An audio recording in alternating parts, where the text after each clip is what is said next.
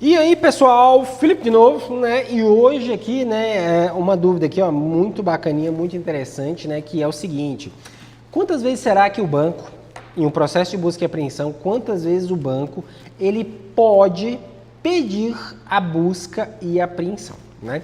Esse tema ele é interessante, esse tema a gente já comentou algo parecido aqui no canal também, tá?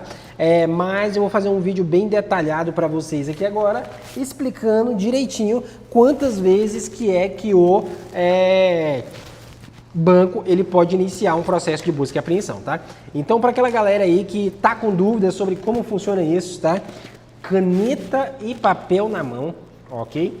Que eu já tô com o meu rabisquinho aqui para poder mostrar para vocês aí, tá? Explicar para vocês, né? Eu gosto sempre de estar desenhando aqui para poder ficar mais tranquilo, né? É um padrão, ficar desenhando aqui para poder me orientar melhor pro pessoal aí, né? Então vamos lá, é o seguinte. Gente, quando o banco ele inicia um processo de busca e apreensão, o que acontece? Ele tem que fazer um pedido, no caso, né? Esse pedido é um pedido judicial, tá? Que é o que a gente chama de petição. O advogado do banco, ele vai fazer a sua petição, tá? Aonde essa petição, ele vai lá constatar o quê? Que você atrasou as parcelas do financiamento e nessa que você atrasou as parcelas do financiamento, o que aconteceu? Ele tentou te cobrar de todas as formas e ele não conseguiu.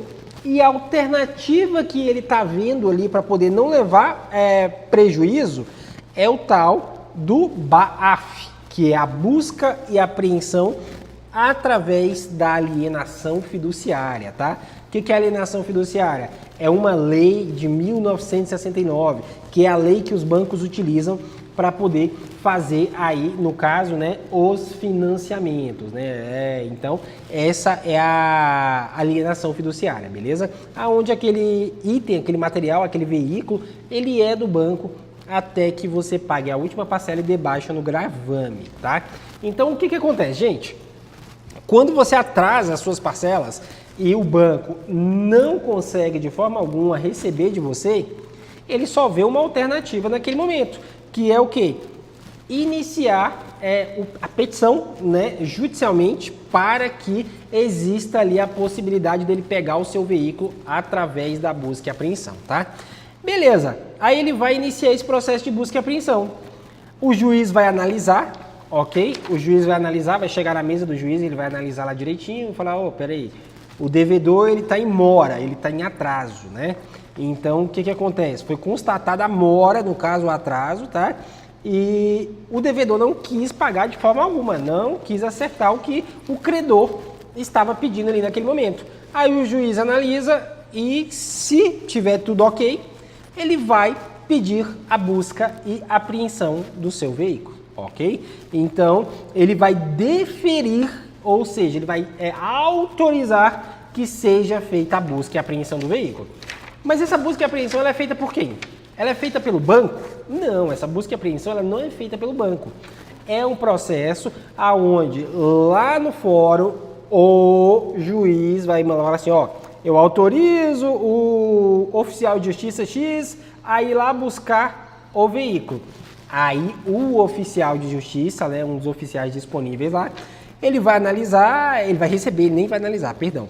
Ele vai receber, tá, esse mandado aí judicial e com base nisso, tá, ele vai pegar a sua malinha com os seus papeizinhos e ele vai atrás de você para poder pegar o seu veículo, ok? Pá. Aí ele foi lá atrás de você para pegar o seu veículo e ele não te encontrou, ok? Aí ele começa a especular com o vizinho, ele começa a especular com fulano, com cicrano, etc e tal. E o que acontece, gente? Se ele não te encontrar ou te encontrar e não encontrar o veículo, ele vai voltar com esse mandado para a justiça, beleza? Ele vai voltar com esse mandado para a justiça e vai informar, seu juiz, seguinte, o veículo não estava lá, ok? Até encontramos o devedor, mas o veículo não estava lá, ele disse que vendeu o veículo, etc e tal, pá. O que vai acontecer? O juiz, ele vai informar isso dentro do processo. para que o advogado do banco ele tenha ciência daquilo, tá?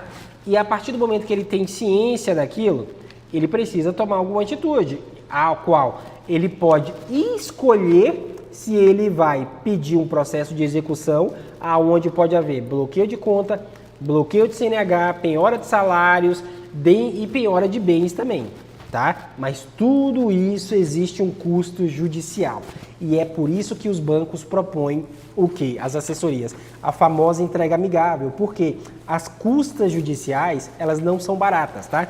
Aí ele decide o que ele vai fazer, ok? Ele decidiu o que ele vai fazer? Beleza. Se ele não decidiu, aí é uma outra questão. O consumidor acaba estando em vantagem nesse caso, tá? Só que a grande pergunta é justamente a seguinte: ok, o banco não conseguiu pegar o meu veículo, etc e tal. Quantas vezes que ele pode entrar com esse processo de busca e apreensão? É aí que está a grande jogada, tá? Ele pode entrar 1, 2, 3, 4, 5, 6, até 10 vezes ou mais, se ele quiser. Depende da disponibilidade financeira que ele tem de gastar com custas processuais. Por quê? Toda vez que ele vai ingressar com o processo, não só ele, mas qualquer pessoa aí que vai ingressar com o processo contra alguém, etc e tal, existem as custas judiciais, tá? Que inclusive é um tema para um outro vídeo que a gente vai fazer aí depois, tá? E com base nisso, vocês vão ficar mais craque ainda nesse assunto, tá? Então o banco, para resumir para vocês, ele vai poder ingressar com o processo de busca e apreensão quantas vezes for necessário para ele, tá? 1, 2, 10, 20, 30, 50 ou quantas vezes ele estiver disposto a gastar dinheiro com aquilo ali. Então, quando uma pessoa está passando por um processo de busca e apreensão, vai depender do banco. Quanto que ele quer gastar? Vai depender da assessoria do banco. Quanto é que ela quer gastar com aqueles processos judiciais? Existe a possibilidade de gratuidade de justiça, a qual pode ser solicitada em alguns processos? Existe sim, mas jamais um juiz vai dar gratuidade de justiça para uma empresa, no caso, né, que tem aí um financeiro aí todos os meses aí rolando aí no seu fluxo de caixa, né? Então jamais isso daí vai acontecer, tá? Houve algumas vezes que isso daí aconteceu, vou te falar a verdade, mas 1% de chance só. Então o que acontece? Quando o banco ele não consegue pegar o seu veículo, ele pode decidir se ele vai ingressar várias vezes aí com o processo de busca e apreensão. Então é direito do banco ingressar. Tem clientes aqui da empresa que eles já passaram 3, 4, 5 vezes aí por processos de busca e apreensão e com o acompanhamento da gente conseguiu se livrar disso de forma extrajudicial para que a gente conseguisse fazer um processo de quitação dele, tá? Mas a gente sempre orientando o cliente da melhor maneira possível, tá? Principalmente o cliente aí que está com parcelas em atraso, o cliente está com parcela em dia, que quer pagar um valor justo na quitação dele. Então, é possível sim, tá? Você se livrar desse processo de busca e apreensão, beleza? Mas é muito importante que você tome bastante cuidado, porque é necessário um monitoramento diário para você ver como é que está toda essa situação, beleza? Então, galera, respondendo aqui o vídeo, né? Cara, o banco pode ingressar quantas vezes ele achar necessário com o processo de busca e apreensão, beleza? Então o banco e a assessoria de cobrança do banco, ele vai decidir quantas vezes ele vai ingressar. Depende da disponibilidade dele. É por isso que muitos bancos aí e muitas assessorias ficam enchendo o saco do cliente propondo a tal da entrega amigável, porque custas judiciais são caras, ok? Custas judiciais são trabalhosas e às vezes o processo pode não ter êxito para quem está pedindo o processo, tá? Então, resumindo a galera aí do canal, ó, Felipe, mais uma vez em mais um vídeo aqui, ó, o banco pode entrar quantas vezes for necessário com o processo de busca e apreensão, ok?